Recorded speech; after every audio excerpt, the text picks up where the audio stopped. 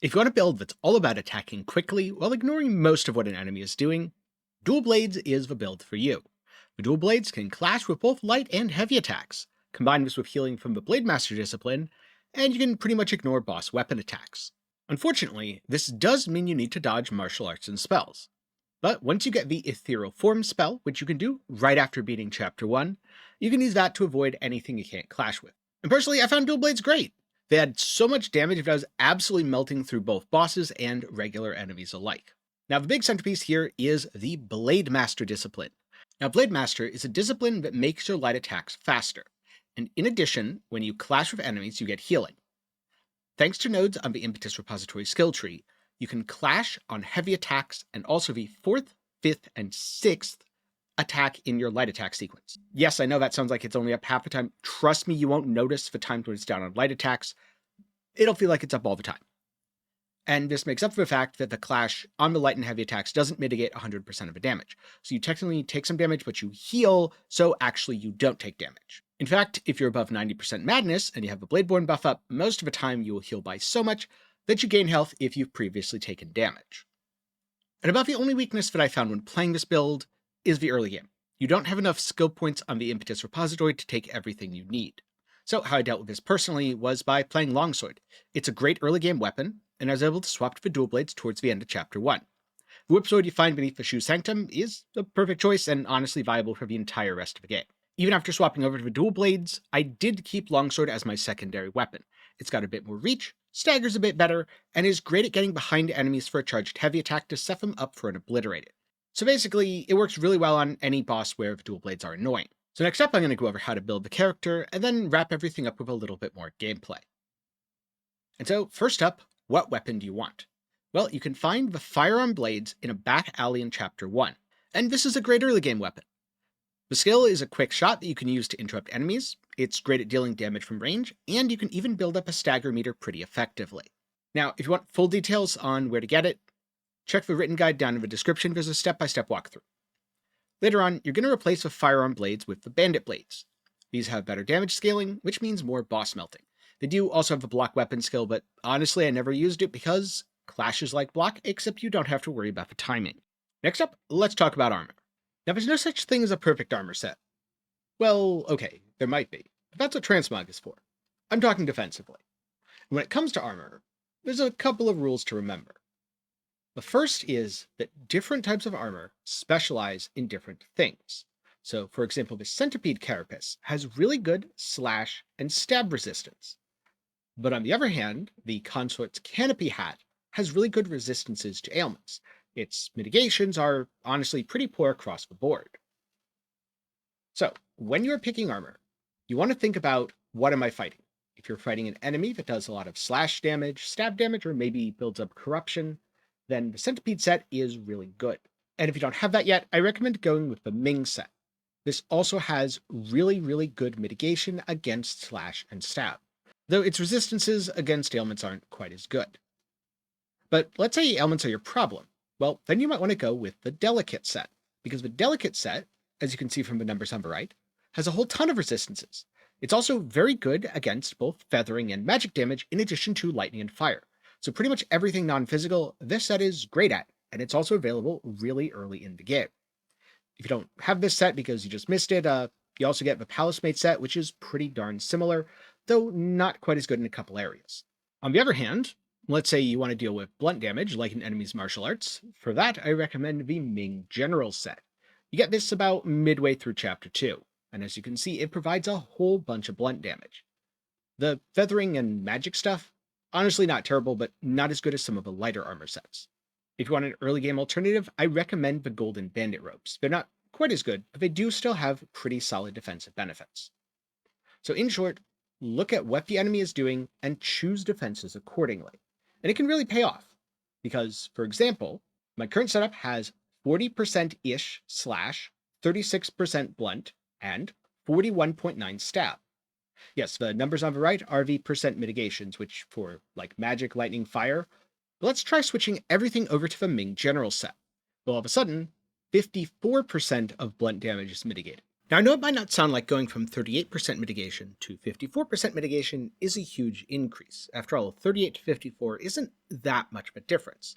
Remember, those are the numbers you care about. You care about the unmitigated damage. And there, you're going from 62 to 46, which is about a 1/3 reduction, making this a significant defensive increase.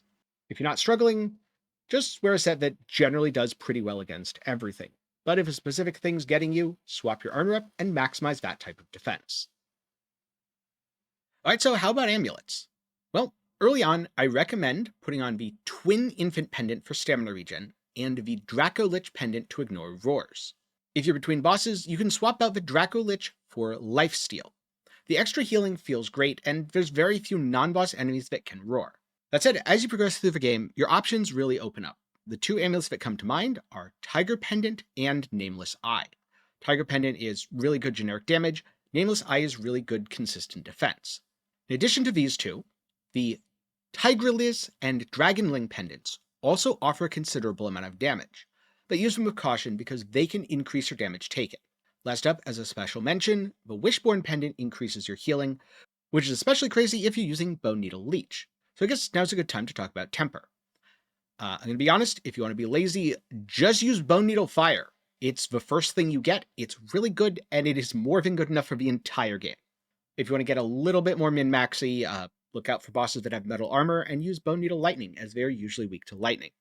On the other hand, if you want more defense, and especially if you are struggling between bosses, Bone Needle Leech is really, really good. This adds a crazy healing buff, and you kind of sort of feel immortal. I mean, if enemies hit hard enough, they will still kill you, but as long as anything doesn't hit super hard, it can't kill you because all that chip damage just gets erased between the Leech and the Blademaster. For the secondary needles, I recommend Agility and Strength early. This is good damage scaling. Later on, add Continuity to keep the buff up as much as possible. And if you want any more recommendations, check the written guide for a couple more alternatives. Next up, we have Benedictions. In terms of early game options, I recommend blocking Clash in your Oath slot until you get the other forms of healing. This is a really good way to mitigate damage as you're clashing. Later on, you will not need it, and you'll want to replace it with an Oath that increases your damage, like Wei Tri-Disciplinary Force.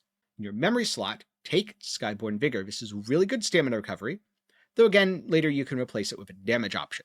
And in your Wisdom, the earliest damage option I remember getting was Combo Force. Basically, consecutive attacks increase damage. Well, guess what? Dual Blades attack constantly, so they're really good at consecutive attacks.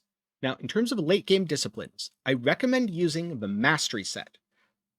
This is Tri-Disciplinary, 6-Disciplinary, and 9-Disciplinary Force. Each of these benedictions increase your damage if a certain number of discipline skills are known. You know 5 by default, and you have Blademaster unlocked, so that's 6, meaning the first 2 are active automatically. You will have to go out of your way to activate the other 6, but it's a super easy to use damage buff that is very generic, and all it costs is skill points. You can always grind Red Mercury, so you can always level up. Speaking of, let's look at the Impetus repository tree.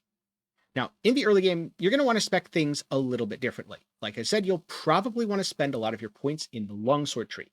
And for that, I recommend coming all the way down to Wind Force as soon as possible.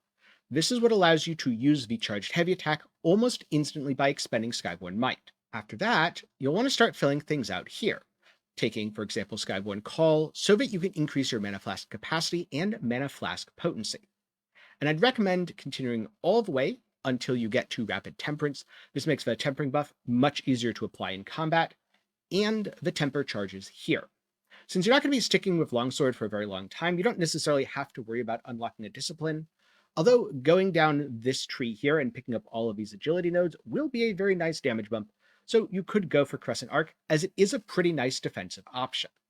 Now, once you swap over to the Dual Blades, the first thing you'll want to do is rush over to Blademaster, since, that's kind of the entire build. Also, be sure to take both variants to maximize the healing and keep buff active. Also, while you're here, don't neglect Swift Warrior, because you definitely want to have the Skyborn Might generation. Now, the reason that this takes a few more skill points is, to actually get a full package, you need Wavebreaker and also Leaf Slasher, which means you need to be able to come all the way over here before you're unlocking the core of your Clash build. This is what allows the light attacks to clash so effectively, and this is what allows the heavy attacks to clash. After you have all that unlocked, I actually recommend going into the Axe and Spear trees. So, The axe tree will give you vitality and endurance, nice defensive stats. The spear tree gives you agility and strength, damage scaling. After that, maybe put a few more points into the generic tree to unlock additional Skyborn call nodes. This will get you the maximum total Skyborn might possible. Now, when it comes to weapon upgrades, they're determined by nodes like Swiftblade, which requires feathers. The exact amount of feathers you have and the number of nodes that you need to unlock really depends on what point you're at in your progression. In short, make sure you path past these and make sure you spend your feathers. Prioritize unlocking things in the dual blades, but if you're also going to be using longswords, make sure to unlock nodes there too. Since this weapon mastery affects all weapons of a type, you don't have to worry about enhancing one pair of dual blades and then losing all of that effort when you swap. It's as simple as all of your dual blades are enhanced, and if you wanted to change to a different weapon type later, just respec it. It's fine, you get all the resources back. After that is a good time to start looking around on the tree for these large nodes, obtaining things like endurance, vitality, or even damage such as agility and strength. These large nodes are generally quite point efficient, and they add a considerable amount of damage, especially the agility nodes. The vitality adds life, and the endurance adds quality of life. So try to grab those next. After that, you're probably going to be approaching the late game. You're going to be wrapping up some of the final bosses. You'll have a lot more points to play with. As you can see, I have 32 unspec'd points, and I'm currently in Chapter 1 of New Game Plus here. And in addition, you'll want to unlock 12 total disciplines. Now, the way I did this is basically taking almost all of the Dual Blades disciplines, almost all of the Longsword disciplines, and one Axe discipline. But as long as you get to 12, the exact things you take really doesn't matter. But okay, I still have 32 points. What do I do with the rest? Put them into attributes. Prioritize agility as this is your main damage. So basically you just go around the tree, clicking every agility node you can find. If you run out of agility nodes, well, strength is also damage. It's not as much damage, but not as much damage is better than no damage. So after that, start clicking strength nodes. After you've done that, look for additional things that provide quality of life. A good example of this would be vitality for more health. That way enemies can hit you more and you'll be able to survive. Another alternative would be something like Health Siphon. While at 90% madness, the final strike of the light attack combo restores some health on hit. This is very, very minor, especially in comparison to the healing that you get from Blademaster. But hey, every little thing adds up, and it's absolutely worth checking into if you have the spare points. As one final note, if you're going to be using the Bone Needle Leech, this is where you get it. You have to path through Fury of a Skyborn, which, yeah, it's a spellcaster node, is a little confusing. But you go into Bone Needle Leech, which endows your weapon with the ability to leech health from enemies. I hear you like healing, go with your healing. Alright, so you already probably got a pretty decent idea of how to play the build just from seeing the gameplay. But when running from pack to pack, smack stuff. Enemies tend to go down pretty quickly, and liberally spend your Skyborn might on charged heavy attacks. Remember to keep a Blademaster buff up, and really that's all you gotta think about in most cases. Sometimes there's gonna be a big, tanky, scary enemy, try to get behind him. Usually those enemies are much less dangerous from behind, and in addition to that, if you have Ethereal Form, it's really good against anything that isn't wielding a weapon. Where things get a little bit more complicated is bosses. Now, if a boss wields a weapon, like Wuchang, it's easy mode. Clash is just going to carry you, where you get your buff up, and then you just attack. And as you attack, you're going to be passively clashing, which heals, which also generates Skyborn Might, which means you can start using charged heavy attacks. And before you know it, the boss is going to be dead. Really, all you have to watch out for is the occasional spell or martial arts from this guy. Now, some bosses don't use as many weapon attacks. For example, in Phase 1, Fangling primarily uses weapon attacks. She's got a couple spells, they're not too bad to dodge, but in Phase 2, she transforms into a giant monster, which no longer holds weapons. Now, in this phase, you'll need to either dodge or use the Ethereal Form buff to avoid damage. If you don't feel like avoiding damage, or you're just bad at it, don't worry, I'm also pretty bad at dodging stuff. The Leech Needle is a really good option for fights like this. That said, a lot of these enemies are weak to fire, so you can also do a lot of damage with a fire temper and absolutely melt through her health. Worry about attacks where it's going to knock you back or especially knock you down. Her charge moves were a little bit inconvenient for me, but there's also a lot of times where she was just facing in a direction swiping, so I dipped behind her and I did my damage. And the same is true for a lot of these non-weapon bosses where you can go behind them where they're unlikely to hit you and attack until they turn around and try to smack you in the face. Unfortunately, you don't have Ethereal Form for Honglan, which makes her one of the toughest fights in the game for this build. You really need to read her attacks and dodge the martial arts while clashing with the weapon strikes. If you're struggling, I have a spellcaster build that absolutely trivializes her. That'll be up in the card and down below.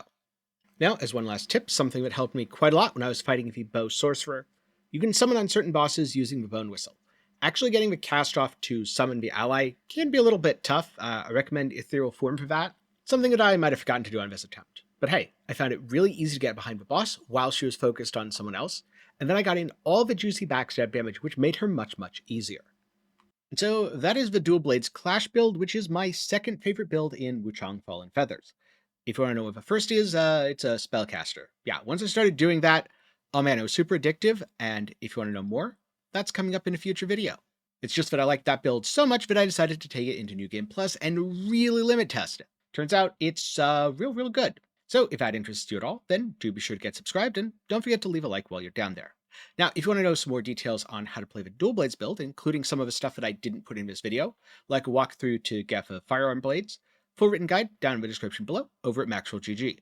Also, if you're struggling on bosses, I've got several boss guides. I'll toss them up in the card and down below. Check them out, and I hope they help. That said, thank you very much for watching to the end. I'm glad you've enjoyed, and I'll see you in the next one.